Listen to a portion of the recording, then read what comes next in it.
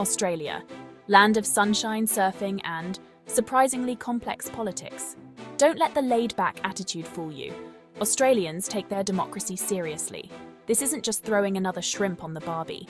It's about how this nation of 26 million governs itself on the world stage. Our system is a blend of influences. We see echoes of Westminster from good old Britain, but we've added our own spices to the mix. Think compulsory voting, a strong independent streak, and a dash of American-style federalism. This creates a unique flavour of democracy. Understanding this system matters. It's not just for political junkies.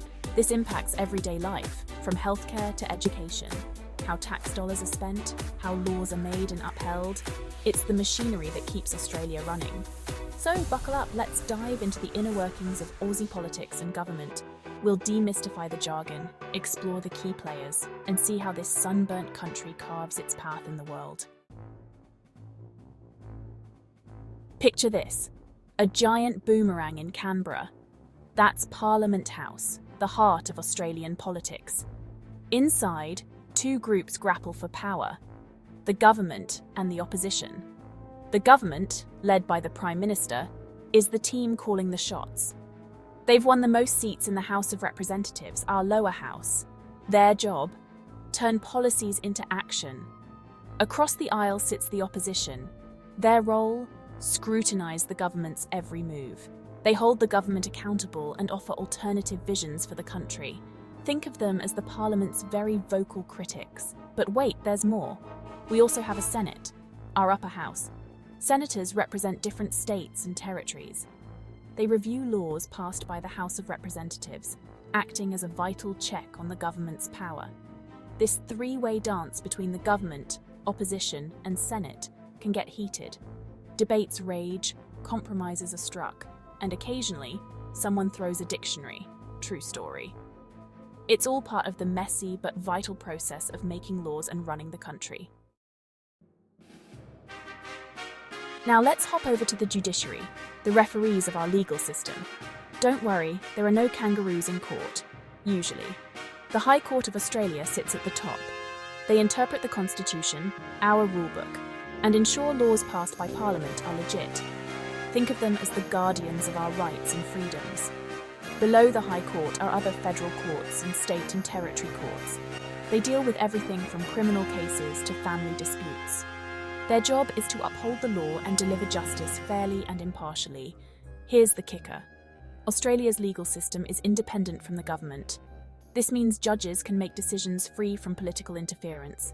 It's a cornerstone of our democracy, ensuring everyone gets a fair go under the law. Section 4. States of Play Federalism in Action. Remember that dash of American-style federalism we mentioned? Here's where it gets interesting. Australia isn't just one big happy family.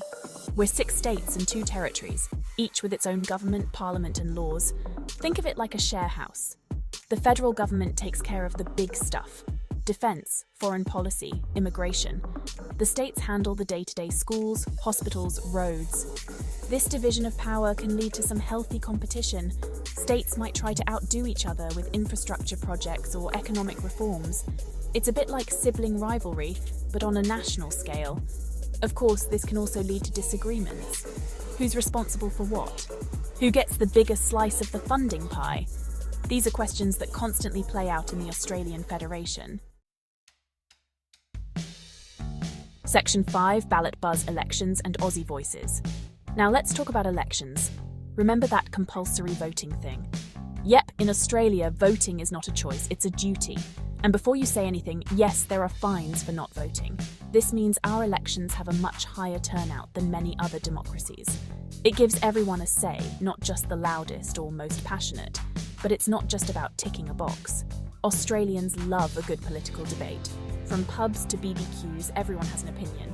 This vibrant political culture keeps our politicians on their toes. We also have a system called preferential voting.